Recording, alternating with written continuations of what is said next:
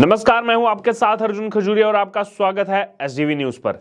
अनुच्छेद 370 जिसको लेकर के पिछले कई दिनों से सुप्रीम कोर्ट में सुनवाई चल रही है, अब इसी बीच सॉलिसिटर जनरल तुषार मेहता ने यहां पर बड़ा खुलासा किया है, यह बताते हुए कि आखिरकार यह निर्णय उस समय क्यों लिया गया 5 अगस्त 2019 को। और यह बताया है उन्होंने यहां पर केंद्र सरकार के लिए कि पुलवामा में फरवरी 2019 को हुए आतंकवादी हमले के चलते ही केंद्र सरकार को जम्मू कश्मीर से आर्टिकल 370 यानी कि अनुच्छेद 370 हटाना पड़ा। ये एक बड़ी वजह थी। और वैसे ही अगर बात की जाए तो यहां पर पहले से ही भारतीय जनता पार्टी के मैनिफेस्टो में अनुच्छेद 370 को हटाने के लिए कई बार जो है यहां पर कहा गया है। और ना ही सिर्फ पिछले कुछ सालों से बल्कि श्यामा प्रसाद मुखर्जी के समय से ही यहां पर एक हिसाब से अगर देखा जाए तो अनुच्छेद 370 को लेकर के यहां पर कहा गया। उसके बाद 35A का भी जो है यहां पर जिक्र आया। लेकिन इसी बीच सॉलिसिटर जनरल तुषार मेहता की तरफ से जो ये बड़ा खुलासा किया गया, सुप्रीम कोर्ट में आर्टिकल 370 हटाने के खिलाफ जो दायर याचिकाएं हैं उन पर सुनवाई करते हुए ये जानकारी दी गई जब दलीलें रखी जा रही थी। और उन्होंने कहा कि इस फैसले से जम्मू कश्मीर का देश के शेष हिस्से के साथ जो है पूर्ण विलय हुआ है। और ये एकदम सही बात है। पहले पूर्ण विलय नहीं था क्योंकि जम्मू कश्मीर के लिए अलग झंडा था। उसके अलावा केंद्र की जो भी योजनाएं हैं वो जम्मू कश्मीर में लागू नहीं होती थी। इन पर भी रोशनी डाली सॉलिसिटर जनरल तुषार मेहता ने। वहीं इस दौरान उन्होंने नेशनल कॉन्फ्रेंस और पीडीपी के आरोपों का भी जवाब देते हुए कहा कि ये सही है कि आर्टिकल 370 को खत्म किया गया है, लेकिन इससे प्रदेश में शांति बहाली हुई है। और वो मैं आखिर में आपको बताऊंगा दरअसल वो शांति बहाली कैसे हुई है, वो आंकड़े बताऊंगा विद फैक्ट्स के साथ, तथ्यों के साथ। और यहां पर जो आधिकारिक आंकड़े सामने आए हैं कि 2015 से 19 के बीच में कितनी घटनाएं हुई और 2019 से 2023 के बीच में इन 4 साल में जो है कितना ज्यादा डिफरेंस देखने को मिला है, वो अंत में आपको बताऊंगा। लेकिन उससे पहले यहां पर आर्टिकल 35A का भी जिक्र किया गया। 35A का जिक्र करते हुए उन्होंने कहा कि इससे जम्मू कश्मीर के लोगों के बीच भेदभाव होता था। वहां रहने वाले लाखों लोगों को वोट डालने, पढ़ने और रोजगार के समान अवसर जैसे मूल अधिकार भी नहीं मिलते थे। और बिल्कुल ऐसा ही था जम्मू कश्मीर में 2019 से पहले। अगर आप वहां के मूल निवासी नहीं हैं तो बहुत सारे आपको वहां पर अधिकार नहीं थे। इनफैक्ट इतने दशकों के बाद जो है यहां पर जो POJK से आए उनको वोटिंग राइट्स नहीं थे। बहुत से लोगों को उनको वोटिंग राइट्स कब दिए गए?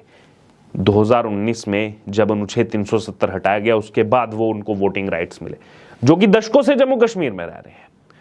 जो वहां पर सफाई कर्मचारी जिनको लाया गया था पंजाब से उस समय 50-60 के समय में, उनको भी अधिकार नहीं थे वहां पर। उनको वो अधिकार 2019 के बाद मिले हैं।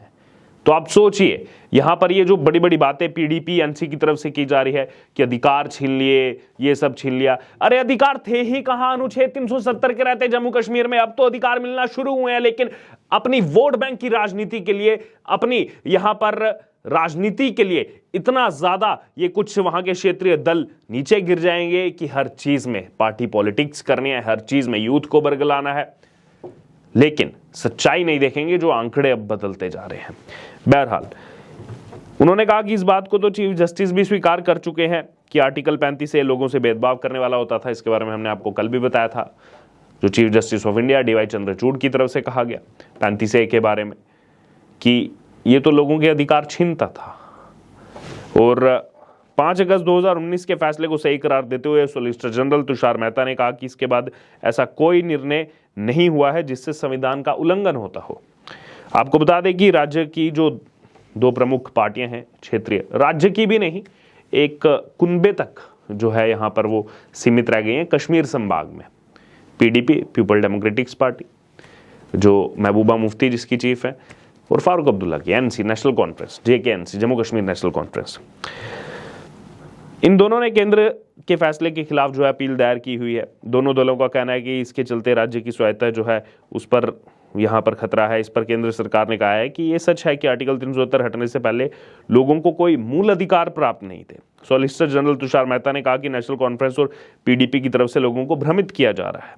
इन दलों ने हमेशा जम्मू कश्मीर के प्राइड के नाम पर लोगों को उनके अधिकारों से वंचित किया था। और ये एकदम जो है यहां पर सही बात है। इन दोनों परिवारों ने केवल अपना लालन पालन किया, अपना पालन पोषण किया और जम्मू कश्मीर के लोगों को अधर में छोड़ दिया, ना ही केवल जम्मू संभाग में बल्कि कश्मीर संभाग में भी। बहरहाल जम्मू कश्मीर से आर्टिकल 370 हटाने और राज्य के पुनर्गठन के लिए कहा गया कि गलत प्रक्रिया अपनाई गई, इस पर भी जो है यहां पर केंद्र सरकार की तरफ से जवाब दिया गया है। सॉलिसिटर जनरल तुषार मेहता ने कहा कि 1966 में पंजाब के पुनर्गठन के लिए जो प्रक्रिया अपनाई गई थी वही प्रक्रिया जम्मू कश्मीर को लेकर भी की गई है। उन्होंने कहा कि 1966 में ही पंजाब का पुनर्गठन हुआ था और हरियाणा और चंडीगढ़ का गठन किया गया था। उस दौरान पंजाब में भी जम्मू कश्मीर की तरह ही राष्ट्रपति थे। तो यहां पर यह समझ में आ रहा है कि जो कांग्रेस सरकार ने अपने समय में रहते किया, अब उसी प्रक्रिया के तहत जम्मू कश्मीर से अनुच्छेद 370 को अगर हटाया गया तो अब क्यों कांग्रेस बौखलाई हुई है। 1966 में पंजाब का भी ऐसे ही पुनर्गठन हुआ था। जेकेएनसी और पीडीपी ये तो कांग्रेस के साथ ही शामिल हैं विपक्षी गठबंधन INDIA में, खुद यही करके बैठे हुए हैं। पंजाब के लिए तो ऐसे ही पुनर्गठन हुआ था और अब जम्मू कश्मीर के लिए हुआ तो हाय तौबा हो रही है इनको। बहरहाल इसी बीच अगर बात की जाए, यहां पर सॉलिसिटर जनरल ने यह भी बताया था कि 42वें संविधान संशोधन के बाद समाजवादी और धर्मनिरपेक्ष शब्द जो है वो जम्मू कश्मीर पर लागू नहीं किए गए थे, जो संविधान में जुड़ गए थे। समाजवादी शब्द, सेकुलरिज्म, वो जम्मू कश्मीर में कभी लागू नहीं हुए।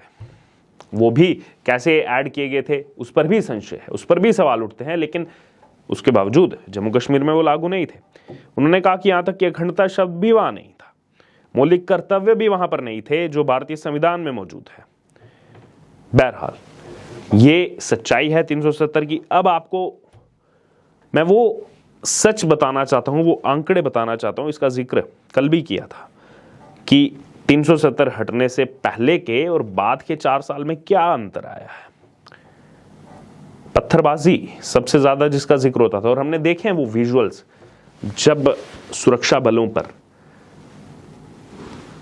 डंडे चलाए जाते थे, पत्थर चलाए जाते थे, कैसे जो है उनको ठेस पहुंचाई जाती थी। अनुच्छेद 370 हटने के बाद और पिछले 4 साल बाद के 4 साल में 91% इसमें कमी आई है। 91% जान गंवाने वाले सुरक्षाकर्मी जो जान गंवाते थे अपनी, वहां 56% कमी आई है। 56% कम घटनाएं हुई हैं। 2015 से 2019 के बीच ये आंकड़ा 329 था, 2019 से 2023 के बीच 146 है। उसके अलावा जान गंवाने वाले आम नागरिक 10% की कमी आई है। भर्ती हुए आतंकी 23% की कमी आई है। घायल होने वाले सुरक्षाकर्मी 68% की कमी आई है।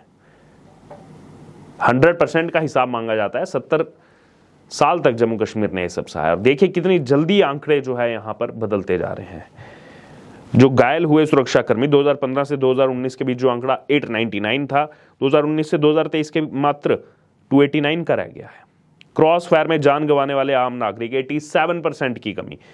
15 से 19 के बीच में 68 लोगों ने जान गंवाई, 19 से 23 के बीच में 9। ये भी नहीं होना चाहिए, किसी की भी जान नहीं जानी चाहिए। लेकिन आप देखिए तो सही कि आंकड़े कितनी तेजी से बदल रहे हैं और 1950 से सब चला आ रहा है।